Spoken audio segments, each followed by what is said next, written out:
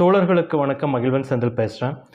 இன்னைக்கு 17th வந்த ஜட்ஜ்மெண்ட்டை பற்றி தான் பேச போகிறோம். அதில் மதுரை மெடிக்கல் காலேஜில் நடந்த இன்சிடெண்ட்டை பற்றின ஒரு முக்கியமான ஒரு ஆர்டர் ரிஃப்ளெக்ட் ஆகிருக்கு. வரலாற்று சிறப்புமிக்க ஆர்டர். இது வெறுமனே ஒரு சின்ன ஒரு ஆர்டரை நான் கன்சிடர் பண்ணல.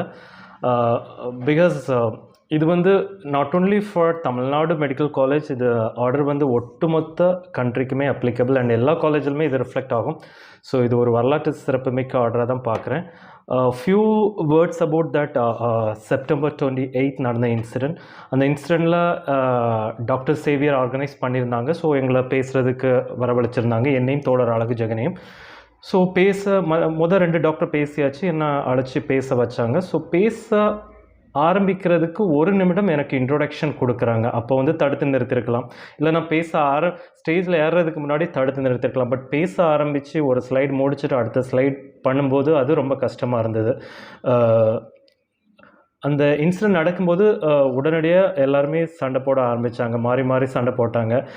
நான் என்ன பண்ணேன்னா, சரி இப்படி மாறி மாறி சண்டை போடுறாங்களே, அந்த ஸ்லைடில் கடைசி ஸ்லைடு வந்து ஜஸ்டிஸ் ஆனந்த் வெங்கடேஷன் அவர்களுடைய தீர்ப்பிலேருந்து ஒரு நகலை வச்சுருந்தேன் அந்த பிபிடியில். ஸோ என்எம்சி ரிலேட்டடாக ஆர்டர் பாஸ் பண்ணுறது, அவங்க எடுத்த ஆக்ஷன் பற்றின ஒரு சில ஸ்லைடு வச்சுருந்தேன். சரி இவ்வளோ சண்டை போட்டுட்ருக்காங்களே, அந்த ஸ்லைடை மட்டும் காணிச்சாலாவது கொஞ்சம் காமாக அடங்குவாங்கன்ட்டு எல்லோரும் சண்டை போட்டிருக்கும்போது நான் மட்டும் ஸ்டேஜில் ஏறிட்டு பேசிட்டேன். கொஞ்சம் அமைதியாக இருங்க, சென்னை நீதிமன்றமே எங்களுக்கு, மெட்ராஸ் ஹைகோர்ட்டை எங்களுக்கு சாதகமாக பல விஷயங்கள் சொல்லியிருக்காங்க, ஏன் நீங்கள் அலோவ் பண்ணலான்ட்டு கேட்டேன். அது தீர்ப்பை பார்த்துட்டு மறுபடியும் கத்த ஆரம்பிச்சிட்டாங்க. அதுக்கப்புறம் தான் ஆர்கனைஸ் பண்ண டாக்டர் சேவியர் சொன்னாங்க, செந்தில் நீங்கள் பேசாதங்க, அமைதியாக வந்துருங்கன்னாங்க. ஸோ கீழே வந்து இறங்கியாச்சு. ஸோ மாறி மாறி சண்டை போட்டுட்டு ஸ்டூடெண்ட்ஸ் வெளியே போகும்போது அந்த ப்ரோக்ராம் ஆர்கனைஸ் பண்ண டாக்டர் சேவியர் என்ன பண்ணாங்கன்னா, உடனடியாக எங்ககிட்ட கையெடுத்து கும்பிட்டு மன்னிப்பு கேட்டாங்க. எல்ஜிபிடி மக்கள்கிட்ட நாங்கள் மன்னிப்பு கேட்டுக்கிறோன்ட்டு. அது கொஞ்சம் ஒரு அன்கம்ஃபர்ட்டாக இருந்து, அவ்வளோ பெரிய நபர், பெரிய மனுஷன் கேட்குறாங்கன்ட்டு உடனே அவரோட கையை தட்டி விட்டேன். சார் மன்னிப்பெல்லாம் வேணாம் சார், விடுங்க சார்ன்ட்டு. அப்புறம் காலேஜை விட்டு வெளியே வந்தாச்சு. வெளியே வந்துட்டு காலேஜ் கேம்பஸை விட்டு கிளம்பும்போது டாக்டர் சேவியர்கிட்ட மொபைலில் பேசினேன். பட் கொஞ்சம் கடுமையாக தான் பேசினேன். மறுபடியும் எங்களுக்கு கல்லூரியில் வந்து பேசணும், அனுமதி வாங்கி கொடுங்கன்ட்டு. கல்லூரி விட்டு போகும்போது அவர் ஃபோன் காலில் சொன்னது, கண்டிப்பாக நான் உங்களுக்கு வாங்கி கொடுக்குற செந்தில்னாரு. அவர் ஒரு பேச்சுக்கு தான் சொல்கிறாரோ, பண்ணுவாரா இல்லையாங்கிற டவுட் இருந்தது ஹானஸ்ட். ஏன்னா டாக்டர் சேவியர் பற்றி எனக்கு ஃபுல் நாலேஜ் எல்லாம் எனக்கு கிடையாது. ஸோ அதனால் பண்ணுவாரா இல்லையாங்கிற ஒரு டவுட்ஃபுல்லாக தான் நான் காலேஜ் கேம்பஸை விட்டு போனேன். போயிட்டு மைண்ட் ஃபுல்லாக தான் இருந்தது, அடுத்து எந்த டிபார்ட்மெண்ட் நான் காண்டாக்ட் பண்ணணும், what is the next step, அப்படி தான் பிரைன் ஃபுல்லாக சொல்லிட்டே இருந்தது. பட் நைட்டாக டாக்டர் சேவியர்ஸ் என்ன பண்ணாங்கன்னா, ஒரு ஆக்டிவாக ஒரு வாட்ஸ்அப் குரூப் க்ரியேட் பண்ணி அதில் எல்லாருமே வந்தாங்க. எல்லா எக்ஸ்பர்ட்ஸும் வராங்க, அட்வொகேட்ஸ் வராங்க, எங்கள் சமுதாய மக்களில் மோர் தென் 15 இயர்ஸாக ஒர்க் பண்ணிகிட்ருக்கிற சீனியர்ஸ் உள்ளே வராங்க. ஸோ எல்லாருமே உள்ளே வந்து வாட் இஸ் நெக்ஸ்ட், அடுத்து என்ன பண்ணணுங்கிறத டிஸ்கஷன் போகுது. ஸோ டாக்டர் சேவியர் வெறுமனே வாய்மொழியாக சொல்லாமல் ரொம்ப ஆக்டிவாக வாட் இஸ் நெக்ஸ்ட்டுங்கிறதுல ரொம்ப இன்வால்மெண்ட்டாக ஒர்க் பண்ணுறாங்கன்ட்டு அன்றைக்கி நைட்டு தெரிஞ்சது. அப்புறம் மைண்ட் கொஞ்சம் ரிலாக்ஸ்ட் ஆச்சு. தென் ஓகே, ஏதோ ப்ராசஸ் நடக்கும்ட்டு. ஸோ அது பேஸ் பண்ணி எல்லாருமே வந்து டிசைட் பண்ணுறாங்க, டிஸ்கஸ் பண்ணுறாங்க, என்ன பண்ணணும், என்னென்ன ரெப்ரசன்டேஷன் ப்ரிப்பேர் பண்ணணும், எந்தெந்த டிபார்ட்மெண்ட்டுக்கு அனுப்பணும், என்ன விஷயங்கள் குறிப்பிடணுங்கிறது எல்லாமே சொன்னாங்க. ஸோ நாங்கள் ரெப்ரசன்டேஷன் எல்லா டிபார்ட்மெண்ட்டுக்கும் அனுப்பிவிட்டோம். அவங்க இன்ஸ்ட்ரக்ட் பண்ண மாதிரி Tamil Nadu medical council, national medical council, மனித உரிமை ஆணையம், அப்புறம் சோஷியல் ஜஸ்டிஸ் எம்பவர்மெண்ட் டிபார்ட்மெண்ட், எல்லா டிபார்ட்மெண்ட்டுக்கும் அனுப்பிவிட்டோம்.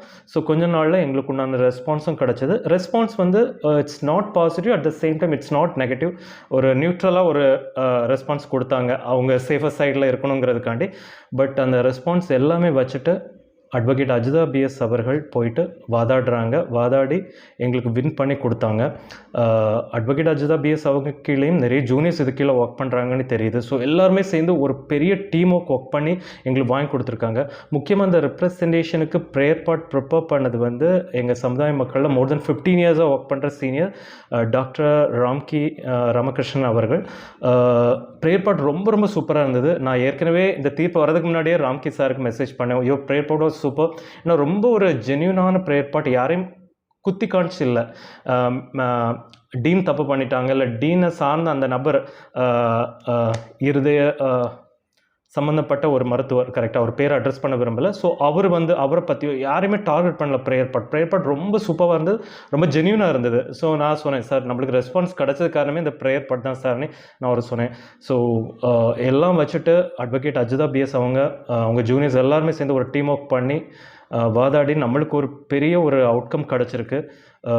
இது வந்து நம்ம Tamil Nadu medical council medical education போர்டுக்கு நீதிமன்றம் ஆர்டர் பாஸ் பண்ணியிருக்காங்க. ஸோ எந்த ஒரு மெடிக்கல் நிகழ்ச்சி எல்ஜிபிடி ரிலேட்டடாக நடக்கும் பட்சத்தில் எல்ஜிபிடி மக்களும் அதில் இருக்கிறத உறுதிப்படுத்தணும்னு போட்டிருக்காங்க. ஸோ வருங்காலத்தில் கண்டிப்பாக இது எல்லா மெடிக்கல் காலேஜிலுமே இந்த ஆர்டர் ரிஃப்ளெக்ட் ஆகும். இதுவும் ஒரு வரலாற்று சிறப்புமிக்க விஷயமாக பார்க்குறேன். இது ஜஸ்ட் ஒரு நெகட்டிவாக நடந்தது மதுரை காலேஜில், பட் அது பாசிட்டிவாக எல்லோரும் சேர்ந்து முடிச்சு கொடுத்தாங்க. ஒரு பெரிய டீம் ஒர்க்காக உண்மையாகவே அதை அப்ரிஷியேட் பண்ணணும்.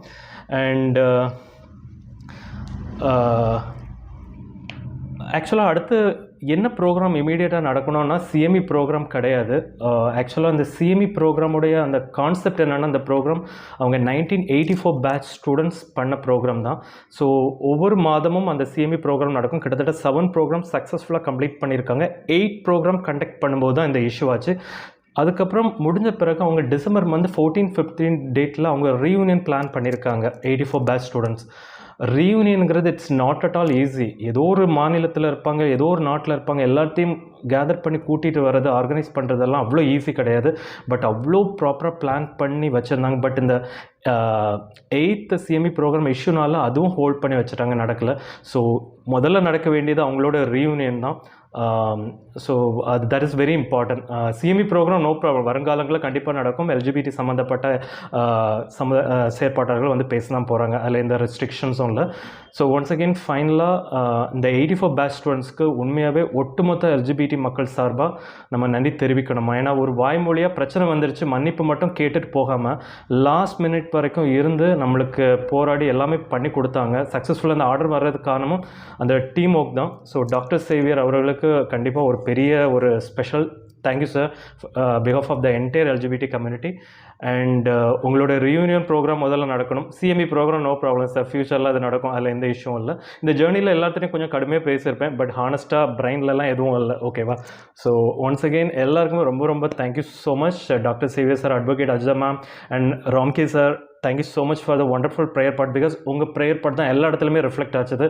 ஈவன் தீர்ப்பில், கோர்ட் ஆர்டரில் ரிஃப்ளெக்ட் ஆச்சுது. ஈவன் வந்த நியூஸ் பேப்பர்ஸில் எல்லாமே எக்ஸாக்டாக என்ன ப்ரேயர் பார்ட் நீங்கள் 2 ப்ரிப்பேர் பண்ணீங்களோ அதுதான் எல்லா இடத்துலையும் ரிஃப்ளெக்ட் ஆச்சுது. So thank you so much once again எல்லாருக்கும் ரொம்ப ரொம்ப நன்றிமா. தேங்க்யூ.